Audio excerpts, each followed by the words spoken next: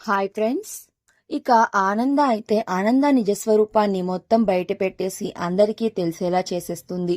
ఇక అనన్య అందరి కాళ్ళు పట్టుకుని బ్రతిమాలినా సరే అనన్యని అస్సలు కనికరించదు.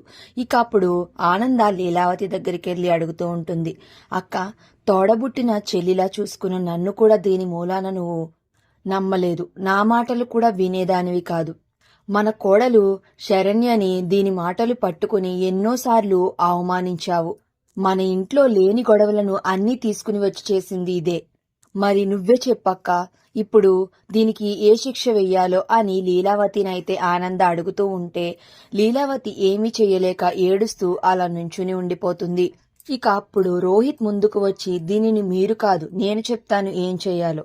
నువ్వు ఎప్పుడైతే ఇన్ని నాటకాలు వేశావో, ఇన్ని వేషాలు వేశావో, అప్పుడే నువ్వు నా భార్యగా ఉండే అర్హత కోల్పోయావు. ఇక ఈ ఇంట్లో ఉండే అధికారం గాని అర్హత గాని నీకు లేదు, పో ఇక్కడి నుంచి అని అనన్యని రోహిత్ అయితే మెడ పెట్టుకుని గెంటేస్తూ ఉంటే ఇక కాంచన అల్లుడు గారు ఆగండి ఆగండి అని అంటూ ఉంటుంది. ఇక ఒక పక్కన కాంచన చెయ్యి, మరో పక్కన అనన్య జుట్టు పట్టుకుని రోహిత్ అయితే వాళ్ళని తీసుకుని వచ్చి గేటు బయటకు తోసేసి ఇక గేట్ అయితే వేసేస్తూ ఉంటాడు.